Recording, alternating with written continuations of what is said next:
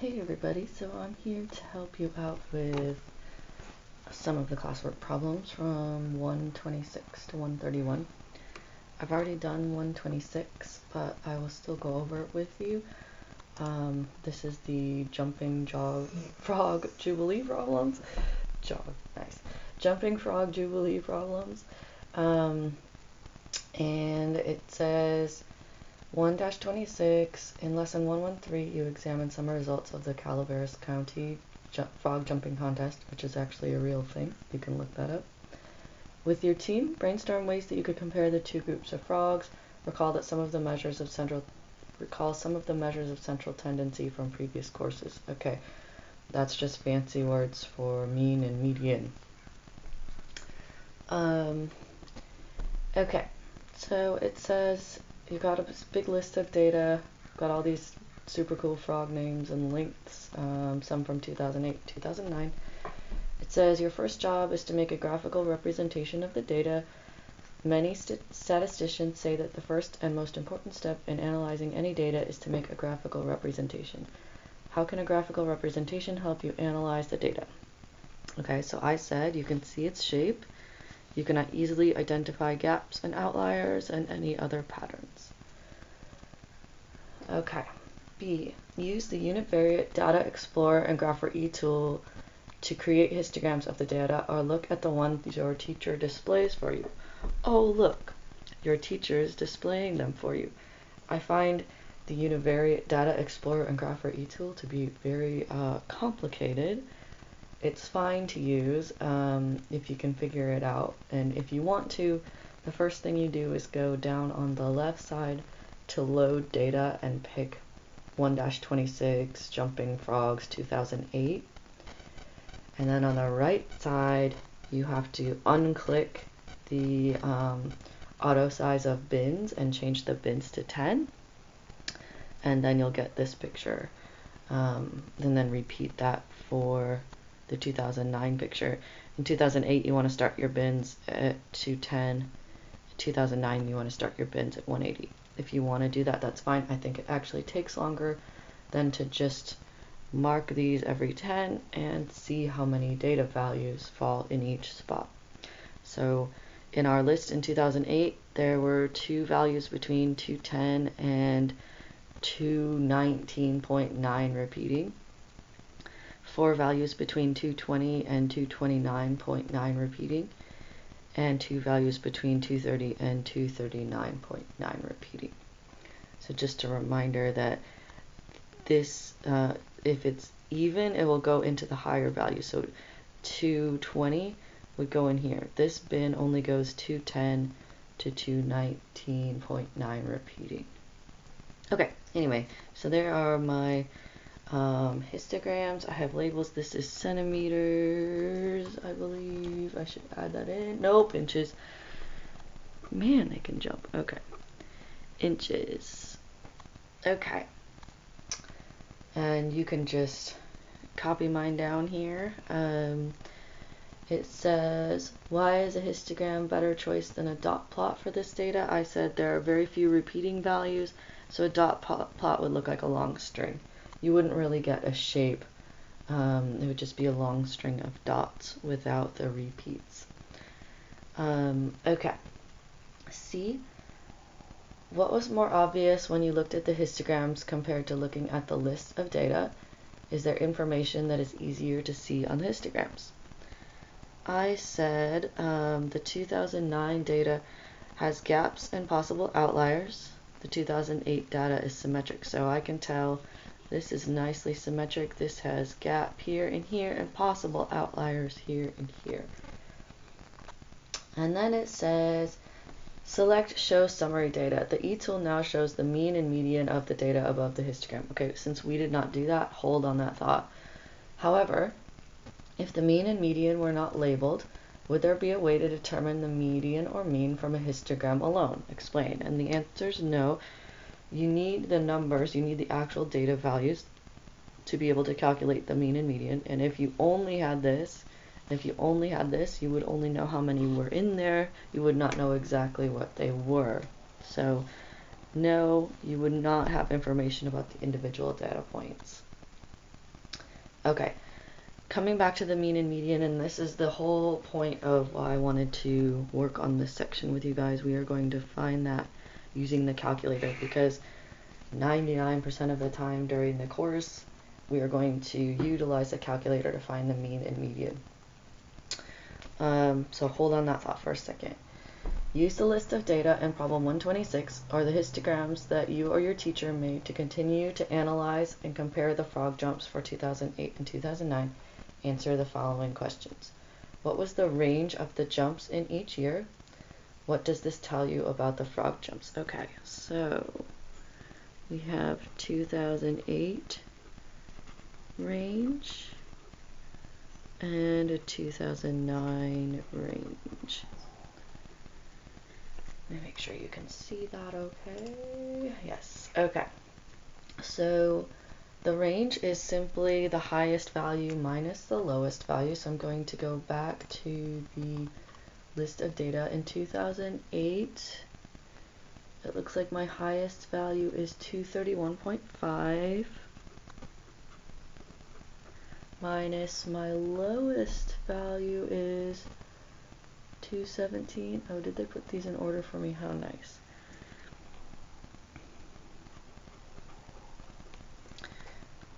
No, I was scrolling. 216.5. It was below my screen. 216.5. Delbert Senior. Okay. 231.5 minus 216.5 is 15 inches. Okay, 2009, we have 252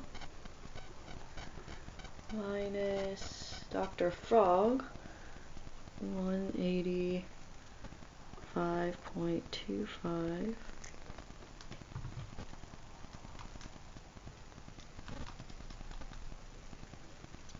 66.75 inches. Okay, and the next question was, what does this tell us about the frog jumps? And this tells us that in 2008, the frog jumps were more consistent.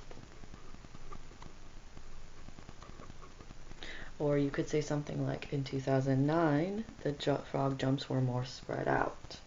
Something like that. Okay. B. What was the most typical jump length of the frogs each year? How did you find this value? Okay, so we're going to find it using the calculator.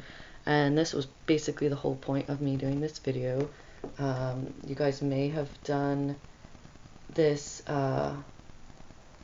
process in Math 3 or another course, but I want to make sure we're all on the same page for finding mean and median and other values with the calculator. Okay. One thing to warn you about, and this is something I'm going to have to warn you about for a while, my document camera for some reason does not love the calculator. So I'm going to do my best to make sure this is focused before I move on. Okay. So what I'm going to do is I'm going to enter the 2008 data into the calculator. And to do that, I'm going to hit the Stat button, and then I'm going to hit Enter for Edit. Notice I've got some other stuff in here, probably from doing stats before, and so I want to clear that out. I'm going to scroll to the header of L1, that's list 1, and I'm going to hit Clear, Enter, and that will clear the entire list for me. I'm hoping for most of you this is just a review, this is not news. And then I'm going to enter the values, so 231.5, that's Skeeter Eater. Warped is 230. Greg Chrome Dome, I love these. 229, 227, 221.5, 220.5, 217, and 216.5. 1, 2, 3, 4, 5, 6, 7, 8. Yes, okay.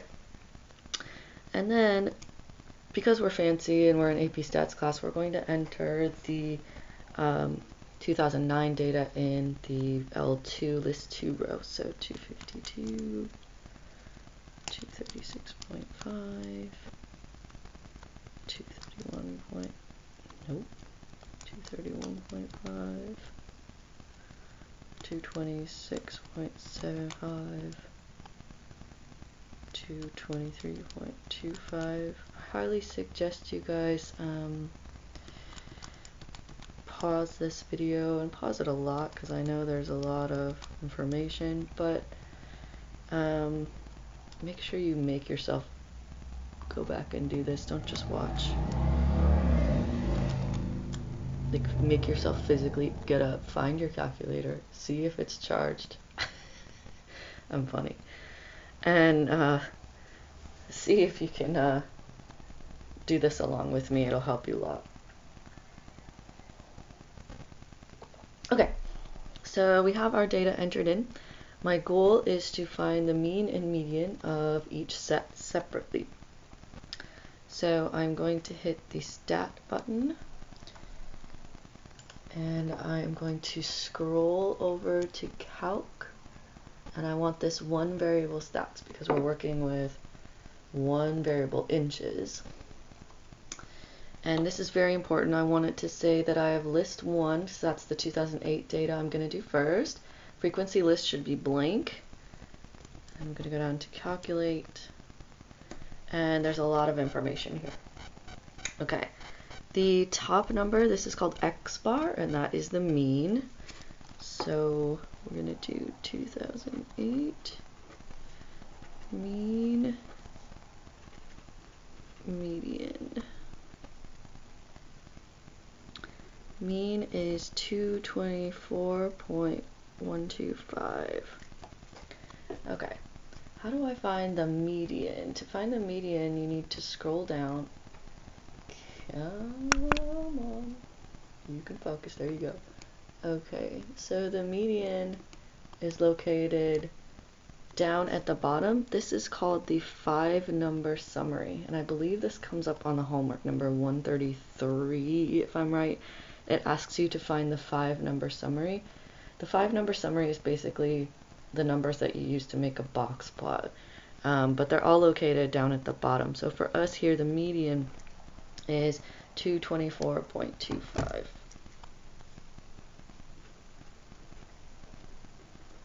These are very close together, which backs up the idea that this is symmetric. So if the mean and median are close to each other, that means that this data should be pretty symmetric without any outliers or gaps, and it certainly looks that way.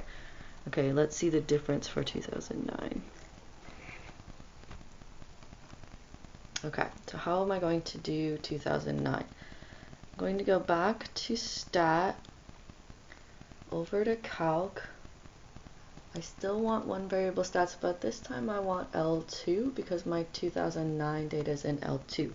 So notice above the 2, there is L2 in blue. So I'm going to hit second 2 to change that to L2, and then enter, and now it will do the calculations for L2. Okay, so I have mean equals 225.09375 for the mean, and then the median, I will scroll down, and I have exactly 225. Okay, so these are very close together also, which happens. Stats is not black and white, so, you know, there's this high outlier that's basically balancing out this low outlier, so it's not going to show in your mean and median being different. Okay. Alright, now, It says, what is the typical jump length of the frogs each year? How did you find this value? Calculator. And that's how you're going to find it all year. Were the jumps all about the same, or were some jumps outliers? Name any outliers and explain why you think they're outliers. Okay. So there is a very specific process to decide whether or not things are outliers. I don't think that we're teaching that in this lesson. So I'm checking real quick.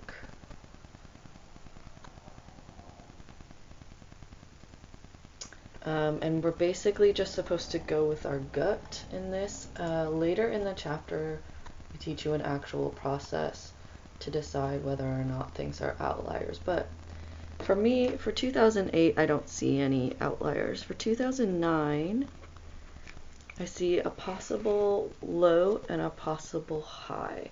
So I'm going to scroll back to my data in the ebook, and it looks like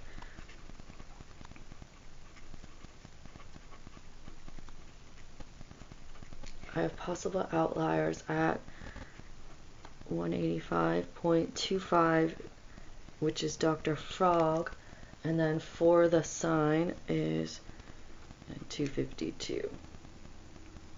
Okay. And then D. Compare as completely as you can the 2008 jumps to the 2009 jumps. Compare the center, shape, spread, range, and outliers. Then draw a conclusion. Were one year's frogs better group of jumpers than the other? How do you know? Okay. So this is the other reason I wanted to do this video. And whenever you are describing a graph in one variable, we use SOX,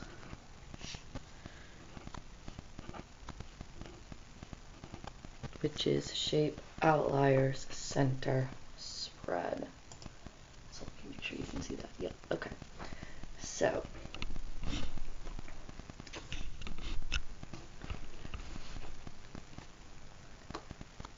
shape in 2008 is symmetric.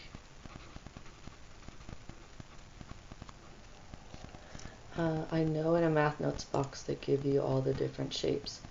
I don't know which one it is, but you can definitely go find it. And what do we think about this shape? This shape in 2009 is really strange. What I would do is kind of draw a curve over it in my mind. So this side would have a curve that looks like this, which is symmetric. This side would have a curve that looks like that. There would be a tail to this side. So try to picture that tail being to this side. And since the tail is to the left, we call that left skewed.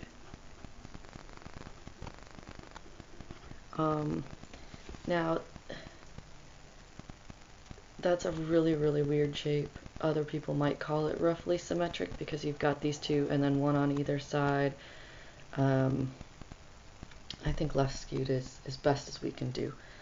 Okay, outliers, none. And this one has possible at 185.25.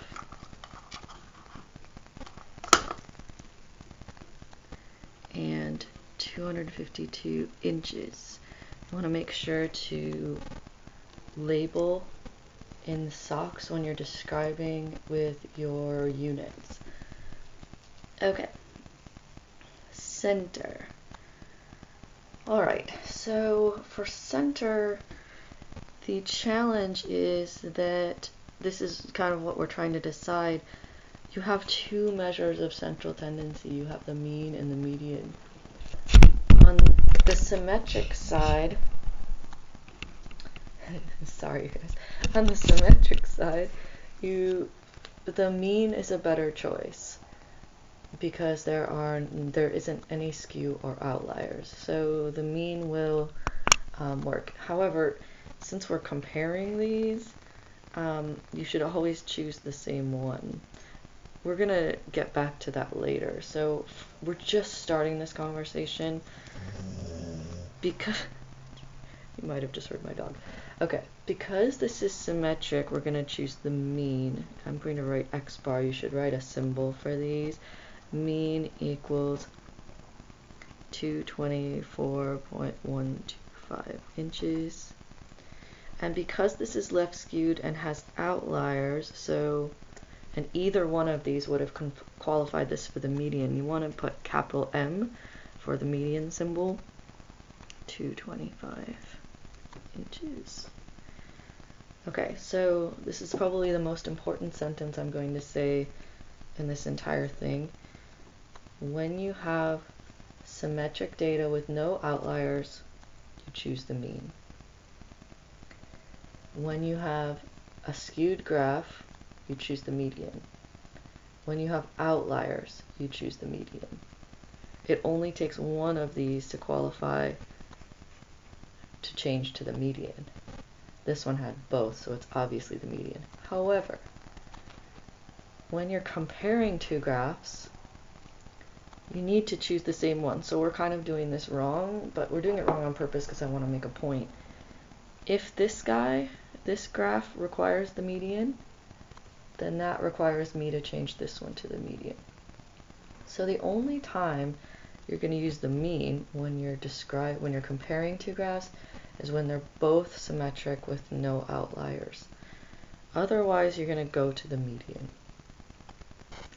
Okay, and this particular problem said to use the range for this spread, which is fine. We already calculated that, so we will not ever do that. It is the least sophisticated measure of spread, but we're in chapter 1 and we're just getting used to this. So the range in 2008 was 15 inches, and the range in 2009 was 66.75 inches.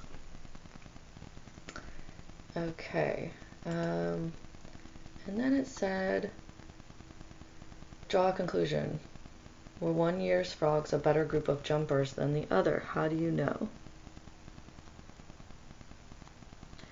Well, I would say that the 2008 were a better group of jumpers because the centers are very similar, 224 versus 225, extremely close to each other, so they both jumped long, but these frogs jumped more long more consistently. So they both jumped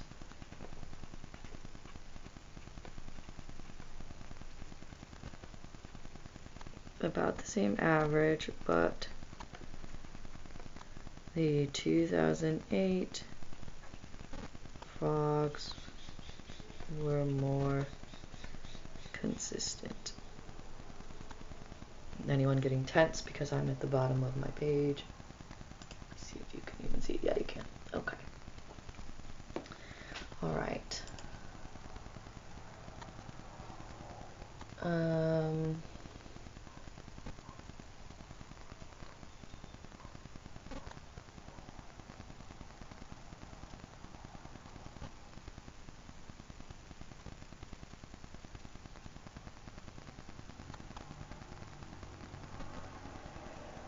Okay, I think that you guys can answer the rest of the questions on your own after seeing this video. Number 28 is choosing mean or median, and you're going to take one of the values in your calculator and kind of change it to see what happens to the mean and median. How does it affect it? And then in the homework,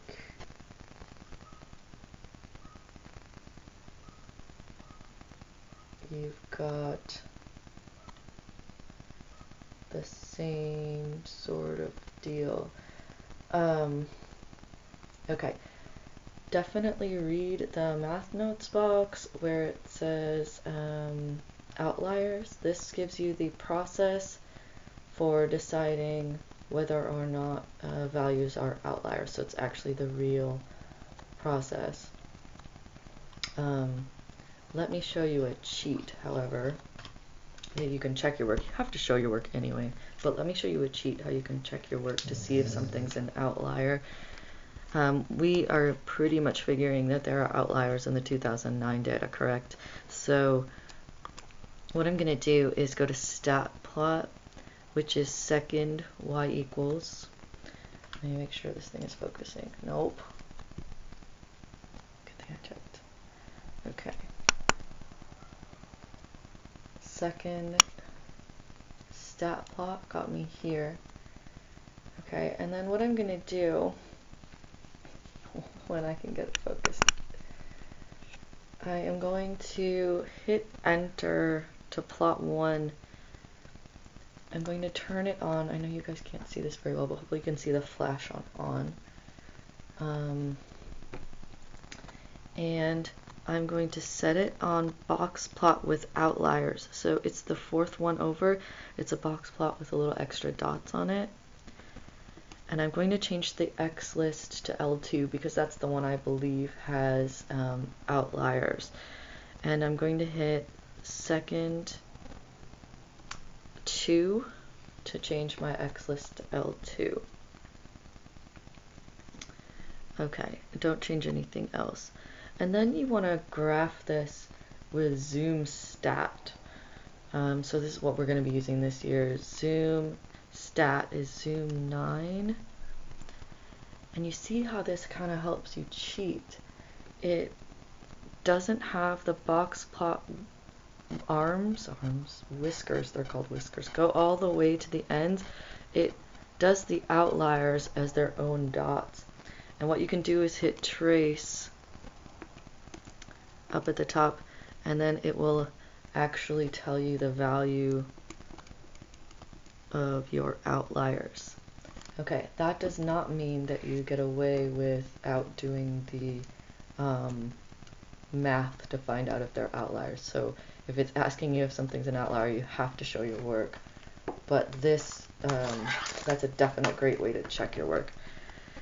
Okay, so if any of you get stuck with how to figure out if something is an outlier, feel free to Google a video or request a Zoom from me. I will definitely show you. I'll talk to you guys soon. Thanks. Bye.